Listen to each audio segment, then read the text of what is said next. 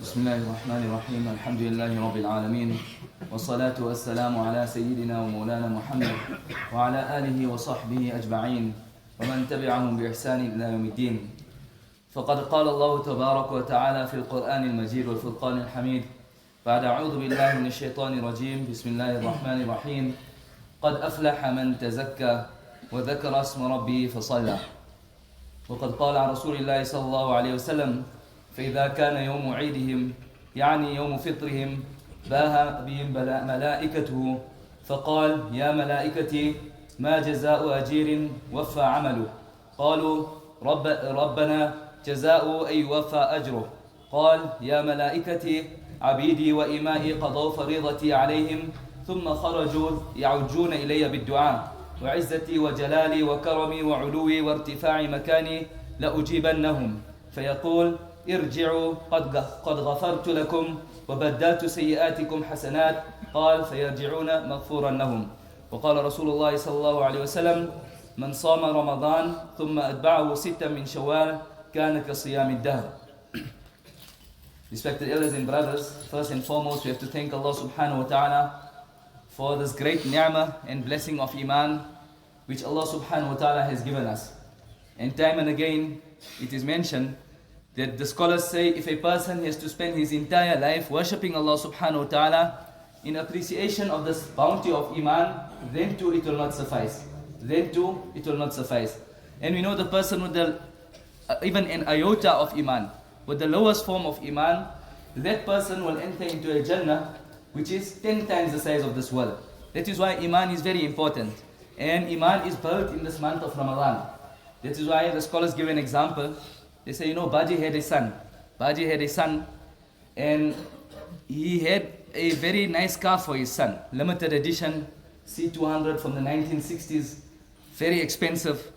But it needed some touching up. It needed some panel beating. It needed to go to the mechanic. So Baji now is coming towards the end of his life. When he presses the accelerator also, he flies back, he'll get back pains. So he needs to keep this car for his son. And he takes it to the panel beater. And the panel beater works on this car, sorts out the dents, sorts out the chips.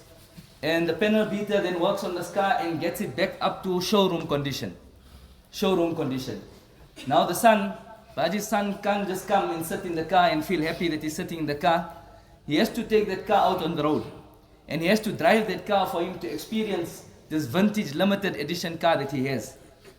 So similarly the scholars give example. Imagine the son has to now go out immediately, comes out of the showroom, comes out from the panel beater, and on the way he crashes the car. On the way, bumps into another car, small scratch comes onto the car. How upset will Baji be? That I protected this car from so long, I looked after it, it was such a treasure, I paid for its service, gave it a full service. Now, first time you're driving it, you make an accident. All the wealth that was put behind this car is gone to waste. So the scholars say it's similar to our Ramadan.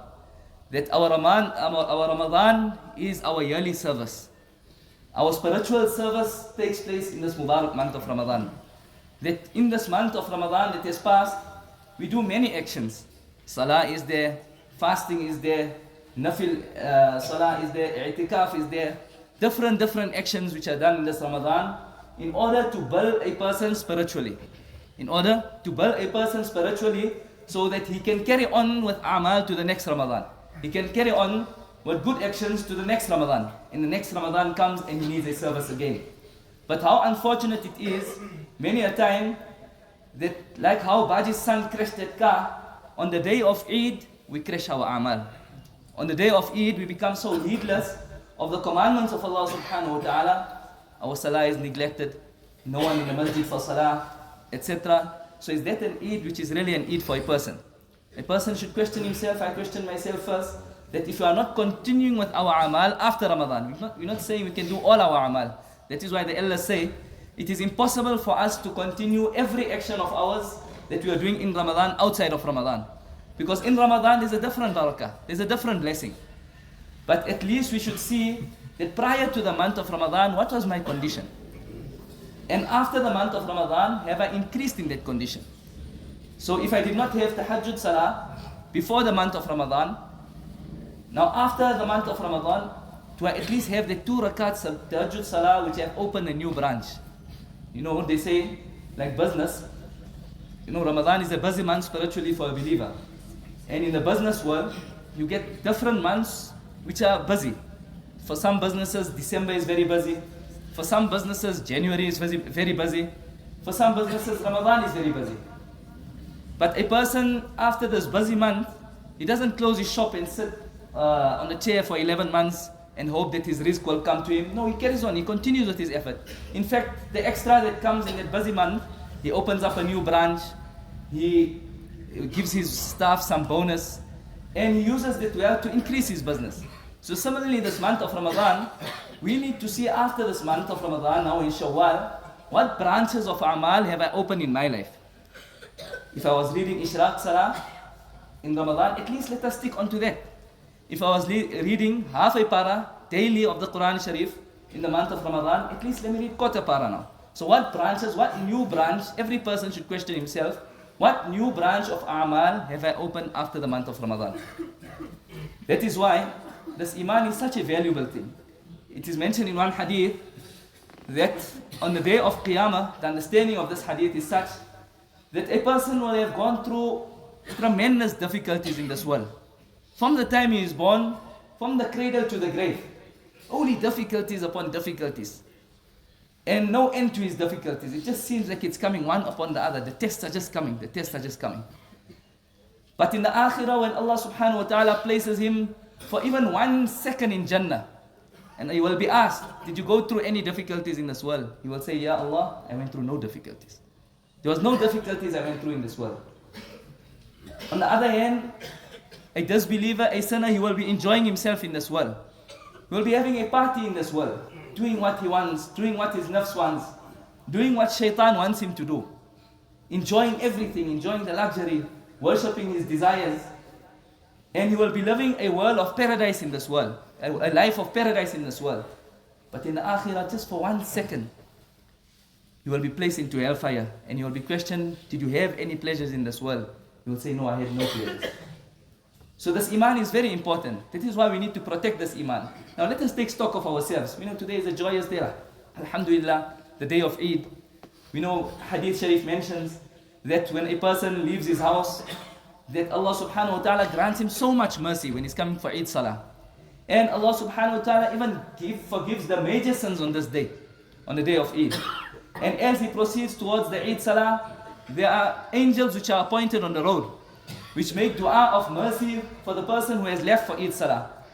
And the angels, the question that what is the reward of the employee who has offered his services? Allah will ask the angels, what is the reward of an employee who has offered his services?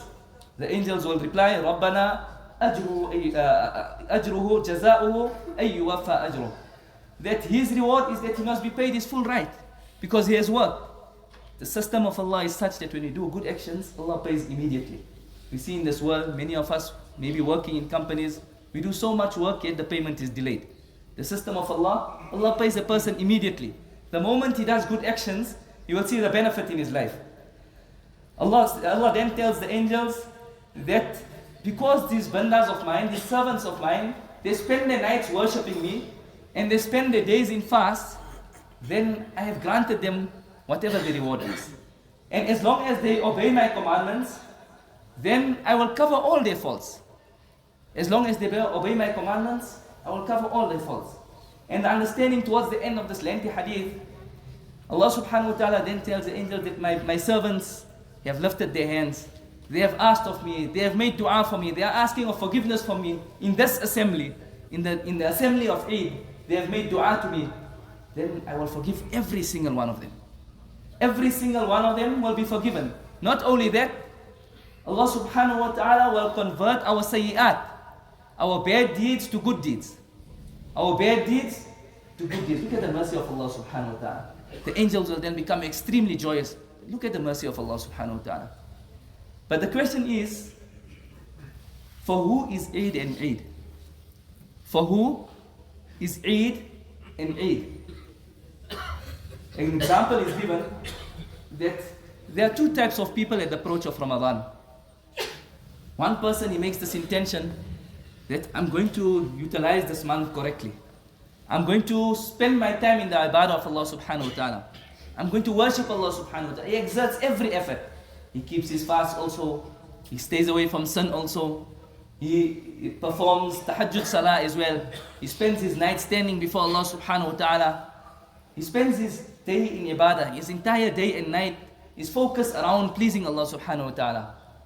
And then when the end of Ramadan comes, he has this sort of feeling in him that, oh Allah, I have not used this month correctly. I have not utilized this month correctly. But at the same time, he has hope in Allah as well. That because of this little actions which Allah has given me the tawfiq to do, not out of my own doing, inshallah Allah will forgive me. And inshallah I will be encompassed by the mercy of Allah subhanahu wa ta'ala. For this person, Eid is an Eid. For this person who has sacrificed, who has stayed away from sin also, who has read his Taraweeh Salah also, who has read Qiyamul Layl also, who has read Tahajjud Salah as well, who has kept his fast also, who has stayed away from sin. For this person, Eid is an Eid. قَدْ أَفْلَحَ مَنْ تَزَكَّى. That person who has purified his soul, وَذَكَرَ اسْمَ رَبِّهِ فَصَلَّى, and he has remembered Allah subhanahu wa ta'ala excessively, فَصَلَّى, and he has performed his salah. He has purified himself.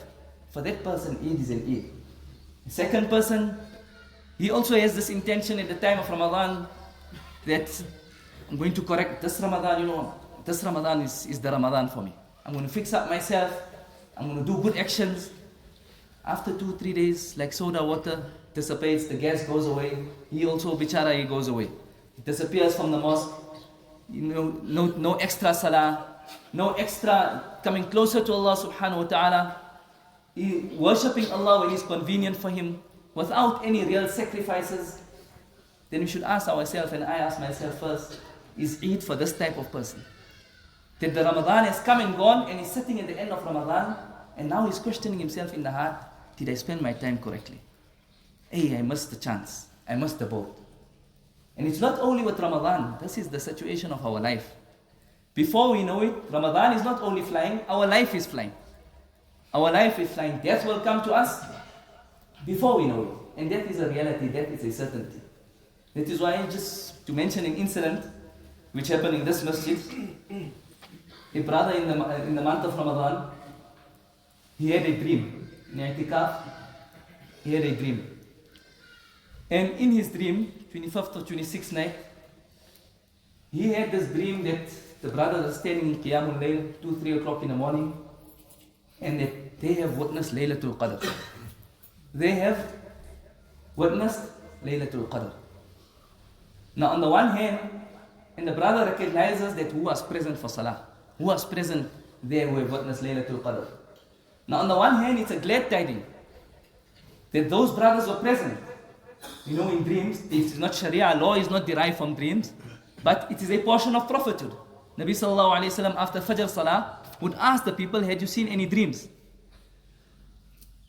And majority of the people who were present were our brothers from the African countries. Our brothers from the African countries. So interpretation was sought of this dream. One of the interpretations given by the scholars was that these brothers, their amal have been accepted. These brothers, their amal have been accepted.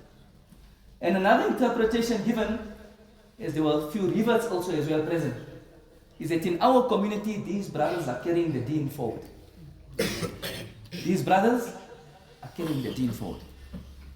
So whereas at the one stage it was a glad tidings, on the other end, it is a warning for us. It is a warning for us. We question ourselves, that are we carrying the deen of Allah subhanahu wa ta'ala forward? Am I from amongst those people who are doing those a'mal which is making the masjid a masjid, which is putting the soul into the masjid? That is why our salah is extremely important. If there's one thing we need to take out of this month of Ramadan, is to perfect our salah. And this is something which as an ummah, we have become extremely negligent. It comes in the hadith something to the effect that a person who does not read the salah in the masjid, despite having the means to go to the masjid, his salah is not accepted. His salah is not accepted in the court of Allah subhanahu wa ta'ala. Despite having the means to go to it, it will be done, it will be out of his account. He won't be held responsible for it. But in terms of acceptance, it will not be accepted. Nabi sallallahu alayhi wa sallam mentions with regards to salah, Salah is the distinguishing factor between Iman and Kufr, between Iman and disbelief. That if our Salah is in order, everything else in our life will be in order. But if our Salah is not in order, then we have to question ourselves. And then we say the Muslim Ummah is suffering. But let us look at my own Salah. I, Abdurrahman, what is my condition of my Salah? Is my Salah correct?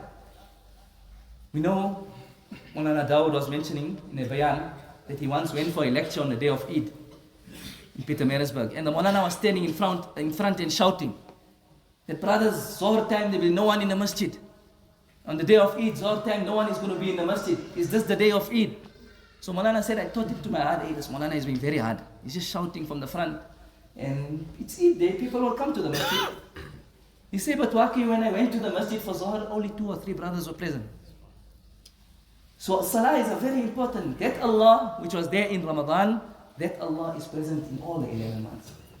That is why the ulama mentioned there are 3 types of people. One is Abdul Shaitan. Allah Ta'ala protect us. That this person is a servant of Shaitan. No, we mustn't be like that. We say, no, Ramadan is over, our long lost friend came back. We need to keep him happy also. We need to keep Allah happy also. So he is Abdul Shaitan. Yet everything, whatever his desires want him to do, he'll do it. Everything that gives him joy, whether it's right or wrong, he will do it. So this is the one type of slave, Abdul Shaitan. The second type of slave is Abdul Ramadan. That person, seasonal Muslim. Only in the month of Ramadan we see him. Only in the month of Ramadan he realizes there's Allah and he comes to the masjid, he does his ibadah. Out of the month of Ramadan, we do not know whether the person is in the community, whether he migrated out of the community. That's how he forgets his amal. And the third person is Abdullah or Abdurrahman. That a person who is the worshipper of Allah and the person who is the worshipper of Rahman. That person, whether it's Ramadan or whether it's the other 11 months of the year, that person's sole objective in life is, how do I make my Allah happy? How do I fulfill the commandments of Allah subhanahu wa ta'ala? And that's the person that we need to become. It shouldn't happen that the day of Eid, Ramadan is there, our iman builds up, our amal builds up, and we are doing a lot of good actions. And with the going of this Mubarak month of Ramadan, also our iman went away, then also our amal went away, and we are left with nothing. We are left with nothing. So if there's one plea, respected elders and brothers, and this is a heartfelt plea which we beg for, every single person, make this niyyah sitting here today, that, oh Allah, I'm going to become a musalli in this masjid or the masjid closest to me. I'm going to try and perform all my salah with jama'ah. I'm going to try and keep with the congregation, keep with the community. Salah, perform alone, it's not a salah. We all know when we read salah at home and the difference when you're reading salah in the masjid, it's not the same. And a'mal which are done together has a different impact than a'mal which are done alone. So keep together, keep united as a community, and that starts in the masjid. If you are regular with our salah, we will know the different brothers who are here in the masjid, converse with one another, help one another. We are all at different levels of iman. Some people are strong, some people are weak. We are no one to judge. We build each other up in terms of our iman. So a heartfelt beg is that after this blessed month of Ramadan, please, respected elders and brothers, let's not waste it on this Mubarak day of Eid. We know this is a day which is a joyous day. It's a day of happiness. Let it not be that in this happiness we break the commands of Allah. Now we forgot our salah, we forgot the aspect of hijab, we forgot all the different commandments of Allah subhanahu wa ta'ala. Even in our festivities, Rasulullah sallallahu alayhi wa sallam has guided us how to stay within the parameters of Sharia. This is the blessed deen of Rasulullah sallallahu alayhi wa sallam.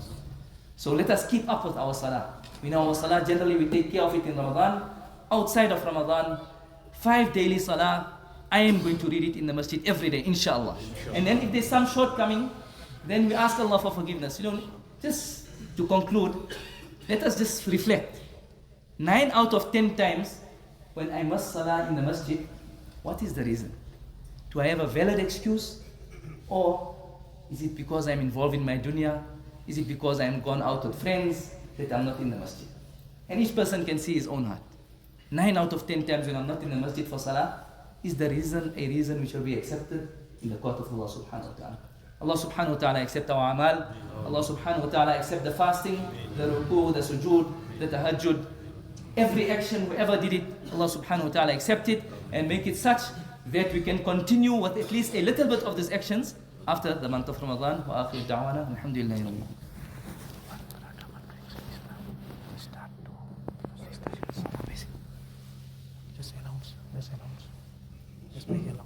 There was a brother who wanted to accept Islam and he asked him to come forward, inshallah.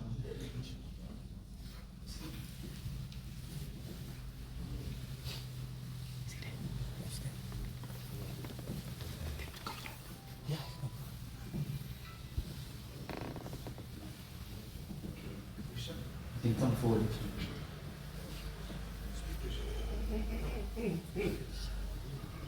MashaAllah. These brothers entering into the fold of Islam, they are taking our deen forward. Hadith mentions something to the effect that if we born Muslims do not take care of this deen, Allah will replace us with people who will do the work of deen.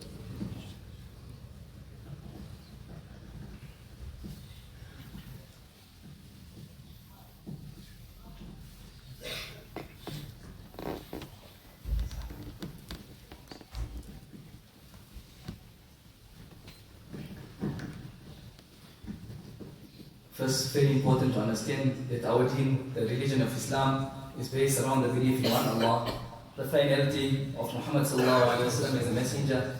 In our deen, in our religion, we believe in all the prophets, be they Moses, Jesus, Noah, Muhammad sallallahu alaihi wasallam. Every single one of them, it is a duty of a Muslim to believe in. If a Muslim does not believe in Jesus, Isa alayhi salam, then the Muslim is not a Muslim. If a Muslim does not believe in Moses, Musa alayhi salam, then a Muslim is not a Muslim. So every single Nabi we believe in. Then we believe in all the divine books which have been brought by Allah subhanahu wa ta'ala. The Injil provided it's in its original form, the Torah provided it's in its original form, the Quran, all the divine books which have been brought by Allah subhanahu wa ta'ala. And then we believe in all the angels, and we believe in the day of judgment. It is a day we're going to pass away, and we are going to be resurrected, we are going to be given life again, and we have to stand before Allah subhanahu wa ta'ala, and we have to give account of the deeds that we have committed in this world.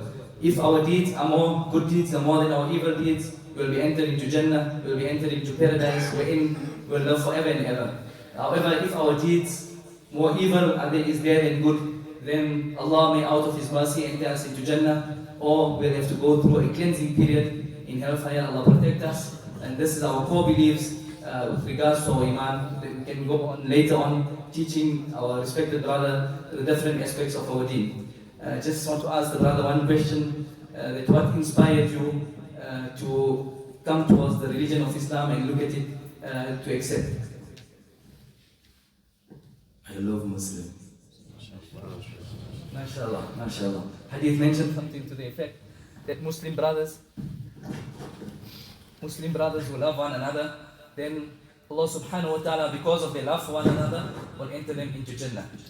I ask you to repeat after me, inshallah.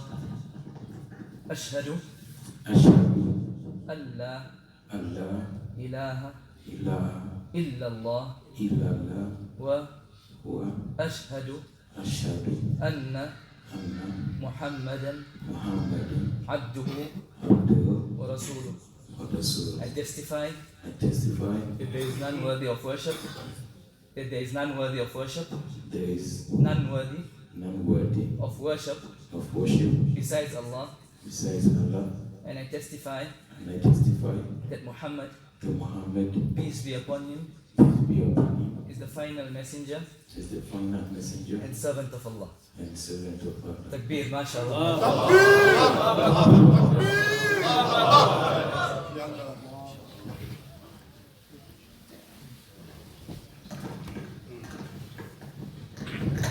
Also, a person who takes the shahada, we know he's like a newborn baby. All his past sins are forgiven. So we envy our respected brother, our new brother in our community. You should see how each one of us can help him grow in his deen, inshallah. Just with regards to the Eid Salah, there are many brothers here, so let us see that we close the gaps as well. We stand shoulder to shoulder, we fill the gaps in front of us, so those who are outside can fill the masjid. The tertib of Eid Salah is that, it's a salah, it's wajib, it is compulsory. the Imam will say Allahu Akbar, and then he will find